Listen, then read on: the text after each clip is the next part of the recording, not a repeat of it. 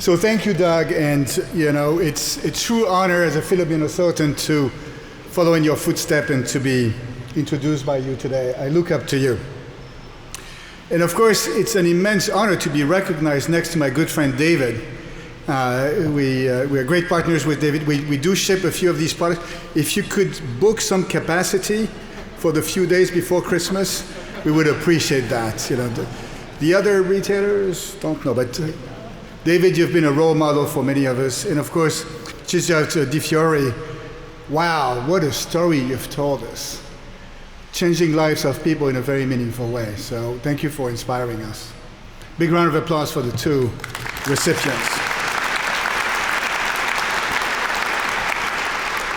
Being last on this evening, I was hoping that somebody would find a mistake and correct the fact that I would be on stage and would not have to deliver the speech, but here I am. And so I want to start by thanking a few people here. Of course, Dr.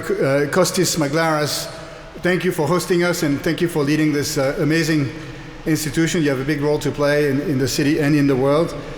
I want to thank, of course, the members of the Deming Cup Judging Committee for recognizing us.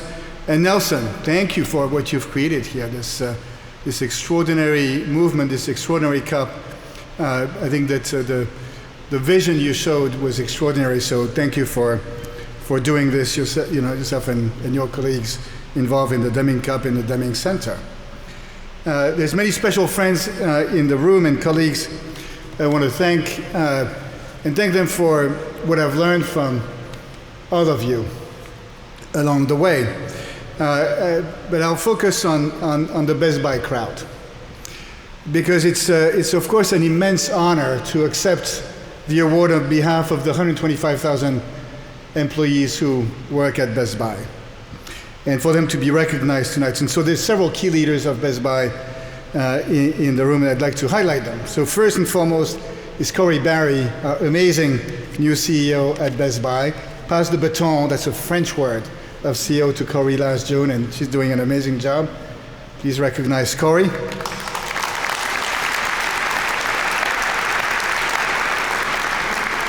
I want to recognize three of our board members who have played a key role in our transformation. It's a pleasure for the management team to partner with a great board. So we have Lisa Caputo, who's an executive vice president of marketing, communication, customer experience at Travelers.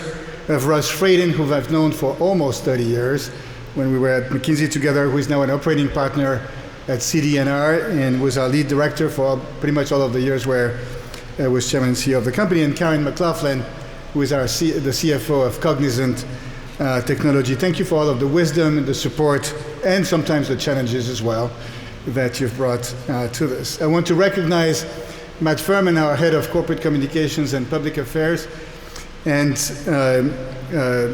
Laura Becker, of course, on our team, who does a wonderful job with these events. And very importantly, I want to recognize Chris Bragg. Now, Chris Bragg, please stand up.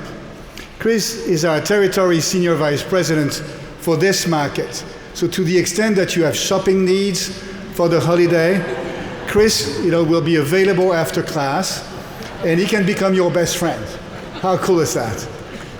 Chris, would you like to give your email address? So you were very kind, Doug, describing the turnaround and resurgence of Best Buy. And it's been quite extraordinary. It's been an honor to be associated with it. It's clear that it honors many of Deming's principles. And I won't, quote the 14, but certainly the focus on creating a purpose, the engagement in continuous improvement, David, the elimination of fear, and then the involvement of all workers in the transformation are certainly principles that we've honored at Best Buy in our transformation. Because the truth is that, of course, we had a strategy to turn around Best Buy. We decided to match online prices, we decided to invest in e-commerce, we decided to invest in the customer experience. But let's agree that any management team would have come up with something like this, because it's pretty basic at the end of the day, and it's focused on satisfying the customer. What was unique about our turnaround is, in fact, how over time we've been able to unleash this human magic. And many of you will be familiar with the Best Buy blue shirts, the Geek Squad agents, but there's also obviously everyone in the technology teams doing wonders for e-commerce, everyone in the supply chain team. And these are the individuals, the teams who've effectuated the turnaround. And I've learned so much in this area, because frankly, as we get educated, we learn how to be very smart, to do strategy, to do implementation plans, but how do you unleash human magic amongst 125,000 people, many of them hourly workers, making probably $12, $15 per hour. How does this happen? And that's what I would like to share as the secret sauce in the next few minutes. It starts with a few basic principles of philosophies, if you will. And the first one is that, if you think about it, work is an essential element of our humanity and has to be seen in the context of our search for meaning. Every human being, if you think into your heart and your soul, the quest for meaning is essential to who we are. And work, ideally, is not a curse, is not a chore, but can be a way for us to pursue the meaning of our life. And if you think about what a company is, a company at the end of the day is a human organization made of individuals working together in pursuit of a goal. And that's consistent with the BRT statements around the purpose of cooperation. I actually believe that the purpose of a company is not to make money. Of course you have to make money to be able to fund investments and provide a return to your shareholders, but it's actually not the ultimate goal. In my view, the ultimate goal of any company is to serve a purpose which has to contribute somehow to society and the common good. In our case, our purpose, very simply at Best Buy, is indeed not to sell computers and TVs, it's to enrich the lives of our customers with the help of technology. And that single idea unleashes enormous growth potential and has the potential then to mobilize teams of employees around that. Because the secret to human magic, if you will, is the combination of 5 ingredients. One is the ability to help everyone at the company connect what drives them as individuals with the purpose of the company and helping them see that connection.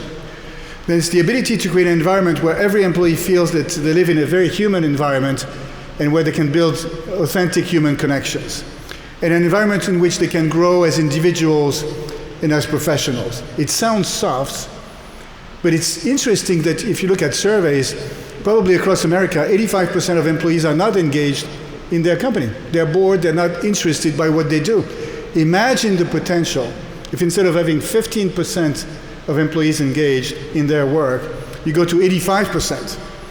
And the potential performance is extraordinary from that. What does that mean? What does that look like in practice?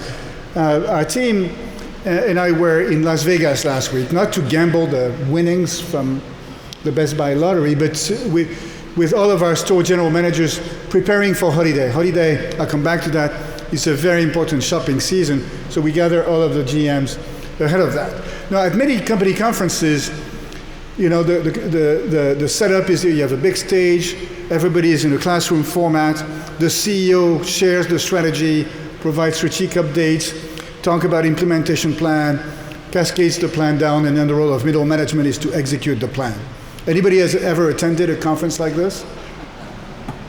Do you fall asleep or do you get inspired? I'll let you decide.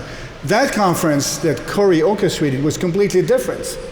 It started with individual participants sharing their life stories, their struggles in life, what they had gone through, and what was their purpose in life and how it connected with the purpose of Best Buy. It started also with customer stories, how individuals had changed the life of customers. Maybe it's a woman who is physically handicapped and cannot switch off the lights or lock the doors in her room, and you have a Best Buy in-home advisor who comes to her home and install home automation with either Alexa or any other system that changes their life. Or it's somebody helping an aging senior live longer in their home with the help of technology, with using sensors in the home and artificial intelligence and so forth. It's also general managers leading breakout sessions instead of highly paid executives from the headquarters, and sharing with great humility their struggles. One of them said, I really struggled with that part of the trade. I was not really performing. And this is how I uncovered how to drive performance.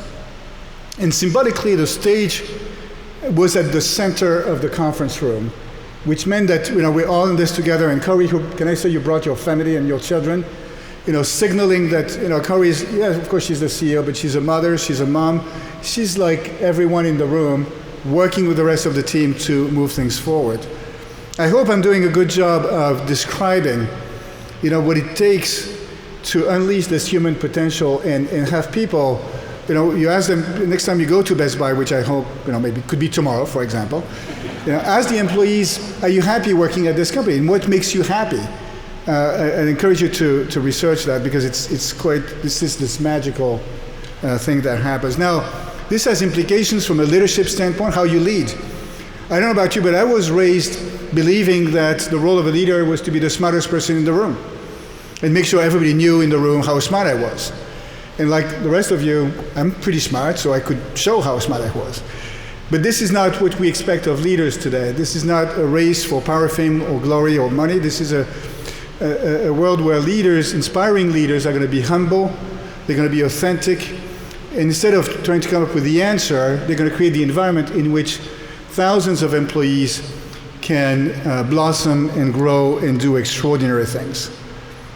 So hopefully I was able to convey some of this magic that we've experienced. Now, Deming, of course, inspired 40 years ago, with his 14-point philosophy, so many of us to improve performance at our companies. And it's exciting to see the results that we can unleash by following his principles and do great things for customers, employees, vendor partners, the communities, and the shareholders. And so on behalf of everybody at Best Buy, I want to thank you for recognizing our transformation. I do want to say one word about the holiday season. The holiday season is almost here. So we look forward to seeing you in our stores or online, or we can also come to your home. So if you have a complex need, we have an in-home advisor. Come to your home and we'll be your CTO or your CIO, and we'll make magic happens for you. So we are, as you can feel, very proud of the magic we've created and hope to share just a bit of it during this holiday season and beyond. So thank you very much.